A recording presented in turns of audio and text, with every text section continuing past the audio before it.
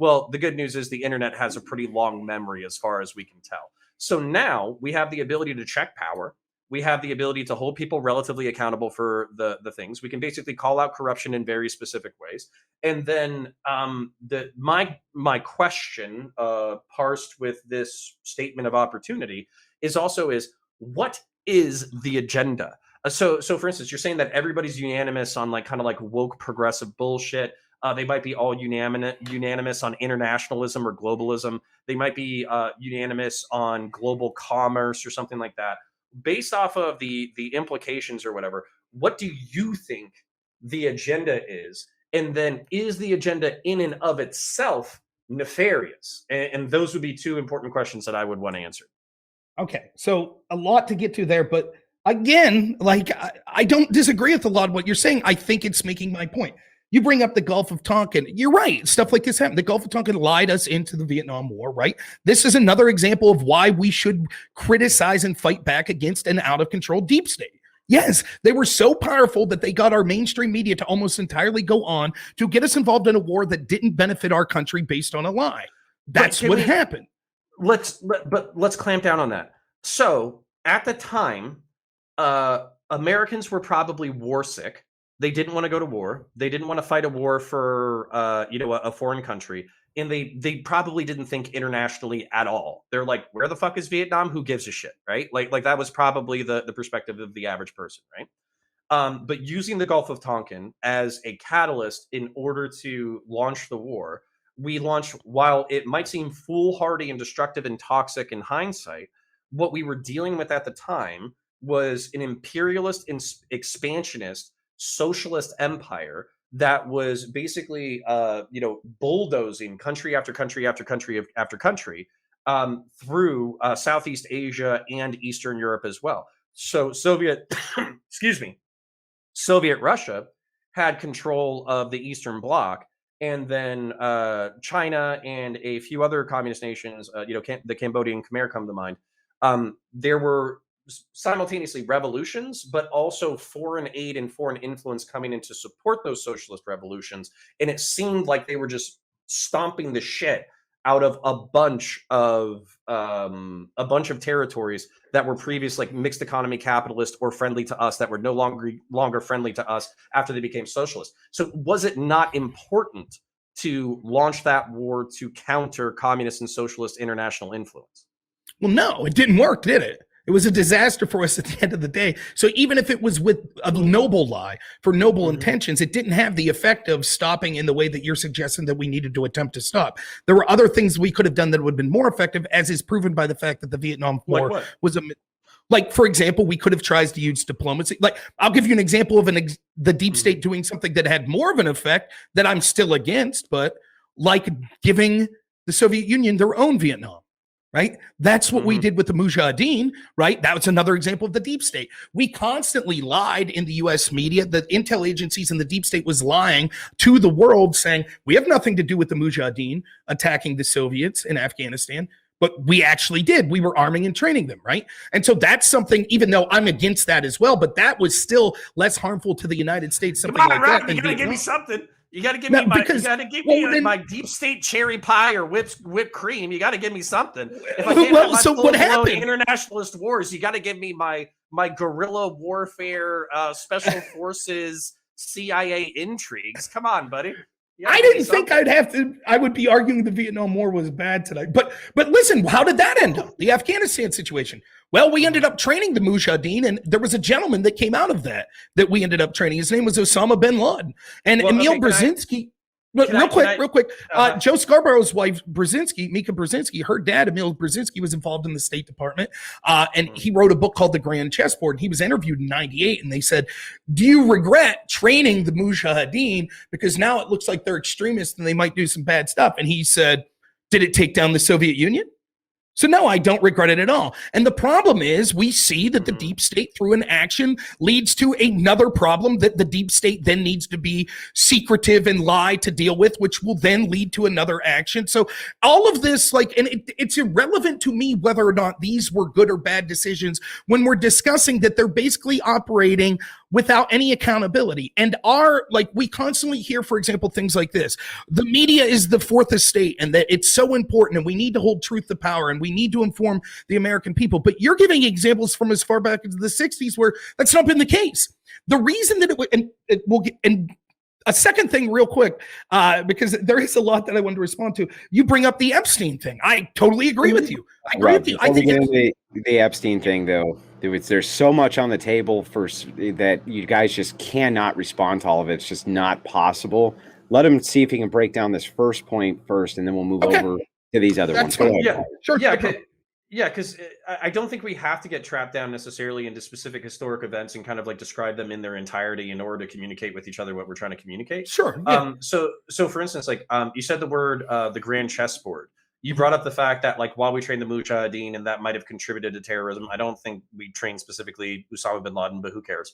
The point being that like we contributed to this swirl of intrigue in the Middle East and North Africa that ultimately resulted in anti-American resentment that resulted in anti-American terrorist attacks. Okay, that point's well taken. And we're in this continual trudge of action and counteraction of American interest on the global stage. And you said two things. Number one, you said operating without accountability, and number two said like against the interest. So that's kind of what I want to boil down to is, number one, are we actually operating without accountability? And number two, what if you had this grand plot that I agree with you on relatively? The question is, what is the grand plot pushing towards? And is it positive or is it negative? And is it American hegemony? Is it capitalist hegemony? Is it what is it in your eyes? Because for me, just to kind of give you my answer number one is on the whole, it's positive. Number two, I would say that it's a capitalist hegemony with a mixed economy capitalist hegemony with America at the front as a new Rome. That's the way that I view the current global state of affairs. Number three, what I would say is the people you can't this is from known Antifa leader Joseph Biden. Don't compare me to the almighty, compare me to the alternative. So when I get into like libertarian or isolationist debates or whatever, the thing that frustrates me is, yeah, sure, if we like lived in a parallel universe, maybe we would have less blood on our hands. And that's good, I guess. But then there's also like the opportunity for more nefarious actors to seize power. And if you compare us to our competitors, our alternatives, Soviet Russia, Maoist China, fuck these people and fuck these people in comparison to us. So I'll leave it there. Okay. So the part I was going to get to about Epstein, I'll try to include in this. So what is the agenda and is it nefarious? Yes, it's nefarious in this sense. Their agenda is to benefit themselves. The people that are in charge of these institutions seek to increase their power. That is their agenda. Now, they might think that that's a good thing. They might think that they're the benevolent authoritarian. If I just had more money, if I just had more power, then things would look better for everyone. Not all of them care about that, but some of them probably think that. I don't think it's like people drinking blood from skulls like we're trying to bring down the human race. That's not what I'm saying, right? But what I am saying is they want this power for themselves. And because of that, we could see that the agenda that they've implemented hasn't really benefited the American people. So you might say, well, a lot of this deep state stuff and the wars they've had, and I mean, just look at the disasters we've had just lately, from Iraq to Libya to Afghanistan, which we could talk to in a minute if you want, to Syria, right? These aren't benefiting the American people. And Russia, the name of the country that we're doing this most to fight against, Russia, they aren't even near our adversary as much as China is. And yet we spend all this time encircling Russia, which ends up in many ways benefiting China in many ways because we have so much attention on Russia. But you look at things like Epstein. So we've acknowledged that I agree with you. I think you have the Epstein, and don't think it's a conspiracy theory. Never forget this, anyone who's listening. If anyone ever calls you a conspiracy, the mainstream narrative is that Jeffrey Epstein killed himself while 2 guards fell asleep, while 2 cameras malfunctioned, while he killed himself in a way that a coroner said would be almost physically impossible to do so. That's a conspiracy theory that is peddled as mainstream truth. So never feel bad if someone calls you a conspiracy theory that believes that. I'm not saying Connor believes it. I'm just saying. So I think you're right, though, that the FBI was utilizing Epstein as an asset. How did that work out? What benefit did we get from that? children being raped and sexually trafficked.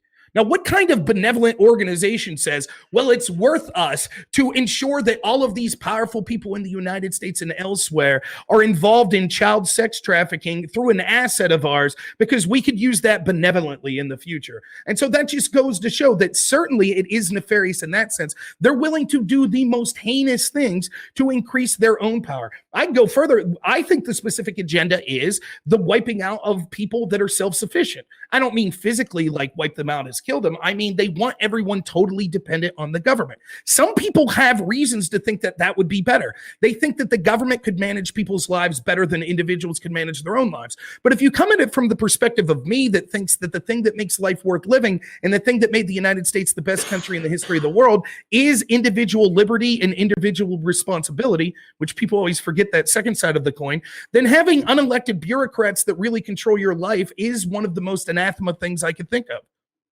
Yeah. Okay. No, this is beautiful. I love this. So, one of the things that you said is increase their own power, and the thing that I'm going to keep submitting is basically like compared to what? Even me, right? I want more power. I want more money. Give me the money and the power, chat. I will make the world a better place. I'm going to pay my bills first, and I'm going to have a decent life.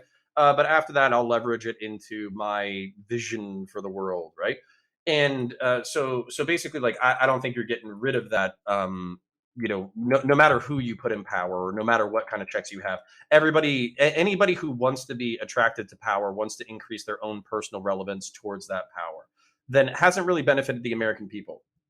If we look at a series of factors, whether we're talking about like GDP, lifespan, access to material goods, all that kind of stuff.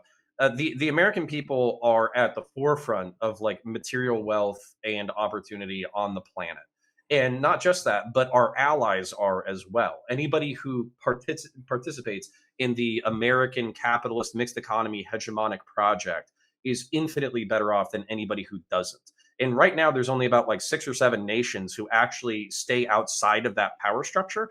And you can name them off the top of your head because we talk about them in the media all the time because they're the places that we're going to quote unquote like invade next, basically. Venezuela, Iran, China, North Korea, those are all Russia. Those are all our rivals that we have to demonize because they're not playing nice with our hegemonic project.